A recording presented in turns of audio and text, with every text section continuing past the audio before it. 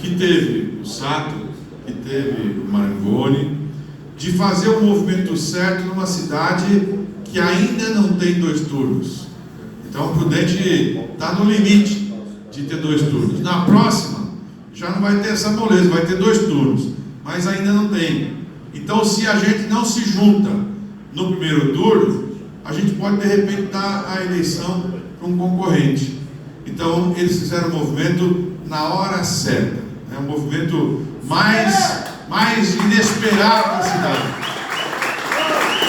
Mas para isso, o Sato, que teve uma grande votação já aqui, precisou fazer um gesto, né? Esse gesto é difícil, é um gesto de humildade, porque quando a pessoa tem uma votação como ele teve, o normal é falar: olha, eu quero ser candidato de novo, né? Agora é minha vez.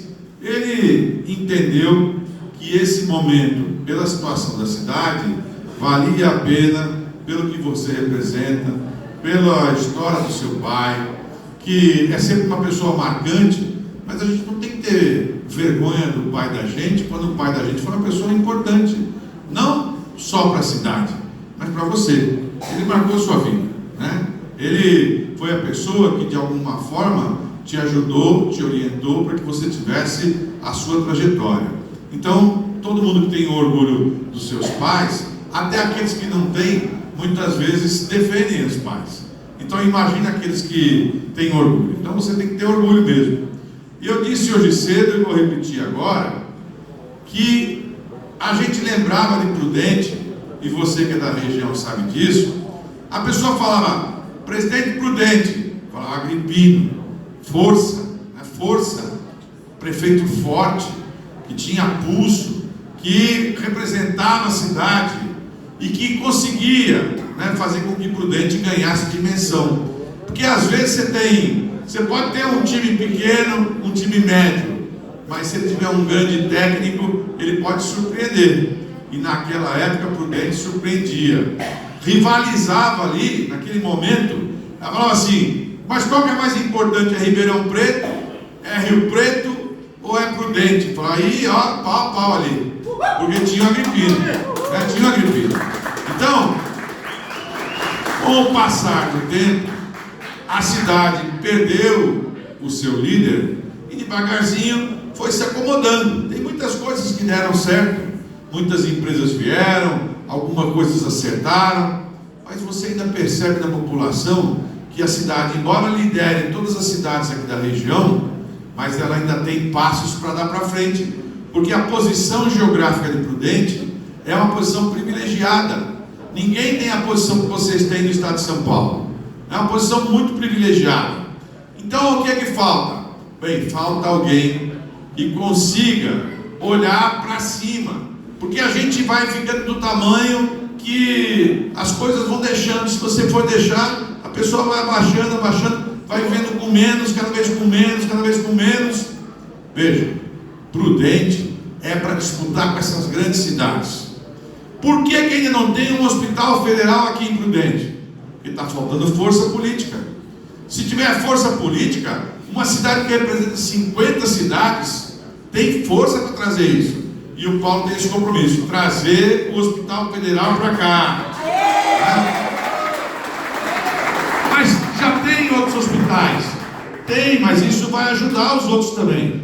Porque o hospital federal, ele permite que de alguma forma parte do custo dos outros hospitais possa ser abraçado por esse hospital federal. O Paulo pediu: Márcio, eu queria muito voltar a construir as casas populares aqui. Ele pediu e até falei: olha, Paulo, dá para pedir mais. Não, tem que ser realista. Eu quero construir 5.000 unidades se eu for prefeito. 5.000 casas. 5.000 famílias terão as suas unidades aqui no Minha Casa Minha Vida. Mas aí eu falei: olha, Paulo, se você ganhar e se reeleger, aí tem que fazer o dobro, 10.000, para juntar 15.000 unidades e zerar o déficit Prudente. Quem não tem casa aqui vai poder ter sua casa lá, vai poder pagar sua prestação. Se a pessoa for do Bolsa Família, hoje não paga mais nada, porque mudou a regra, para que as pessoas possam ter a sua chance. E aí é muito importante, né, ter um parlamentar como Marangoni, porque Deputados tem 70 em São Paulo, 70, mas nem todo mundo tem força. Tem os deputados que não têm a força. Ele tem uma força importante, porque representa hoje um dos maiores partidos do Brasil, e vai ter, possivelmente, o presidente da Câmara dos Deputados, que é amigo dele. Então isso vai ajudar muito a cidade. E aí o que nós fizemos? Paulo, agora chegou a sua vez. Todo mundo que é candidato aqui, sabe? Todo mundo, os candidatos da cidade, já foram prefeitos. Já foram. De um jeito ou de outro, todo mundo aqui já foi prefeito. Cada um já teve a sua chance. Vamos dar uma chance para esse moço. Vamos permitir que ele tenha uma chance. Se ele é bem sucedido como empresário, se ele teve... Porque vocês conhecem aquela história. O pai é rico, o filho é médio e o neto é pobre. Mas ele conseguiu manter as coisas que o pai dele deixou. Ele conseguiu manter como empresário. Então ele sabe gerenciar. Agora, ele tem que ter a humildade de saber que ele não vai fazer sozinho. Ele vai fazer com as pessoas e com os partidos que estão com ele. E para isso, ele fez a junção que ninguém imaginava. Juntar todas as posições, né? Juntar posições diferentes, para que ele possa ter um governo de verdade que faça a cidade voltar a crescer em outro ritmo. E eu tenho certeza, Paulo, que se for da vontade de Deus, isso está determinado, né? Agora, nós temos que fazer a nossa parte, porque a eleição são poucos dias. A eleição agora são 60 dias. Aqui tem televisão, aqui tem debate, aqui tem, enfim, vai ter a informação chegando para todo mundo. Mas nada é igual a pessoa falando pessoalmente. Olha, eu conheço, eu sei. E eu sei que ele tem as portas realmente abertas lá em Brasília para fazer as coisas importantes que precisam. Vocês vão ver daqui a pouco o vice-presidente Alckmin falando sobre o Paulo Lima. A gente conhece ele há muitos anos. E eu provoquei ele, porque ele falou: Márcio, eu estou aposentado, eu não quero mais nada com isso. Eu estou no meu mundo lá de empresário, eu quero cuidar da minha família. Eu falei: Paulo, chegou a hora de você devolver para Prudente aquilo que Prudente fez pela sua família. Não é isso? Vocês são grandes empresários, mas vocês não são grandes empresários à toa. Vocês fizeram isso porque vocês se confundem com a região de Prudente. Quando a pessoa fala na família do Paulo Lima, todo mundo sabe que é daqui. Então, agora está na hora de você assumir essa responsabilidade, mostrar para a cidade que você tem o melhor projeto, que você tem o melhor grupo que apoia você, de todos os partidos, diferentes ideias diferentes, para poder fazer a cidade crescer.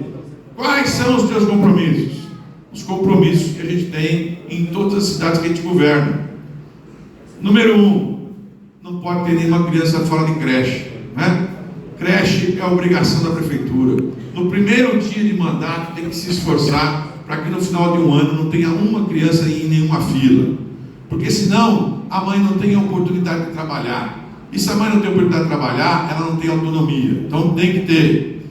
Segundo ponto, não pode ficar nenhuma criança deficiente fora da escola. Não pode. As pessoas falam: não, tem escola para todo mundo. É mentira.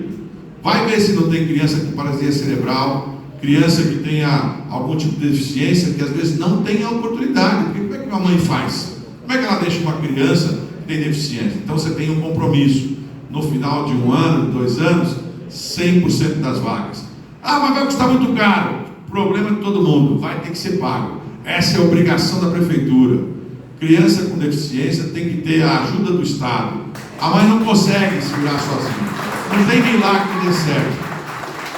Criança com autismo não vai ter uma chance se não tiver o poder público. Você tem esse compromisso. Criar o Alerta Saúde, que a gente conversou hoje. Ele vai fazer o hospital novo. Mas muitas vezes você que está no bairro vai lá no seu posto de saúde e o médico fala, até o médico do posto de saúde atende. Ele consegue atender você no horário certo, direitinho. Mas ele fala: olha, o seu problema é no coração, tem que procurar um cardiologista. Aí você vai marcar o cardiologista 6 meses. Aí se você for atendido, ele fala que precisa de 2 eletros, 1 ano. Aí a pessoa já morreu, ou já aumentou a doença, não é? Então, qual é o compromisso do Paulo? Nós vamos fazer no estado de São Paulo inteiro, e aqui também, alerta à saúde. A pessoa vai no posto de saúde, o médico falou, tem que ter um cardiologista, pá, vai entrar no seu celular, o reloginho contando, contra a prefeitura, ou atende nos 14 dias lá que for programado, ou a prefeitura vai mandar para você um zap com crédito, e você vai na rede particular e é atendido na rede particular e paga a prefeitura. Porque isso é a obrigação da prefeitura. É uma novidade importante que ele vai criar aqui. Do mesmo jeito, hoje falamos bastante para ele. Em todas as cidades de São Paulo, e aqui não é diferente, as pessoas que vivem direito, que vivem corretamente, elas vivem inseguras. Tem polícia militar? Tem. Ela faz o papel dela. Às vezes tem polícia civil, também faz. Mas a pessoa se sente insegura. Uma moça de 16 anos para descer num ônibus e ir para algum lugar, ela fica insegura. Eu falei para ele, vamos fazer aqui em Prudente o alistamento civil, como nós fizemos em muitos lugares do Brasil. Todo menino de 18 anos da cidade que for se alistar para fazer as Forças Armadas, aqueles que forem vulneráveis, aqueles que forem, quando vão fazer o alistamento militar, os que forem e quiserem, a prefeitura vai dar a oportunidade do alistamento civil. Paga um salário mínimo, o menino vai fazer um curso técnico, vai voltar a estudar, vai ter disciplina e vai seguir a vida dele. Nós já fizemos isso muitas vezes. A pessoa fala, mas isso custa muito caro, custa muito mais barato do que fazer presídio, muito mais barato. Olha quantos presídios nós temos aqui em volta. Sabe quanto vocês acham que custa, Marangoni, para você um dia que vai ser governador de São Paulo? Um menino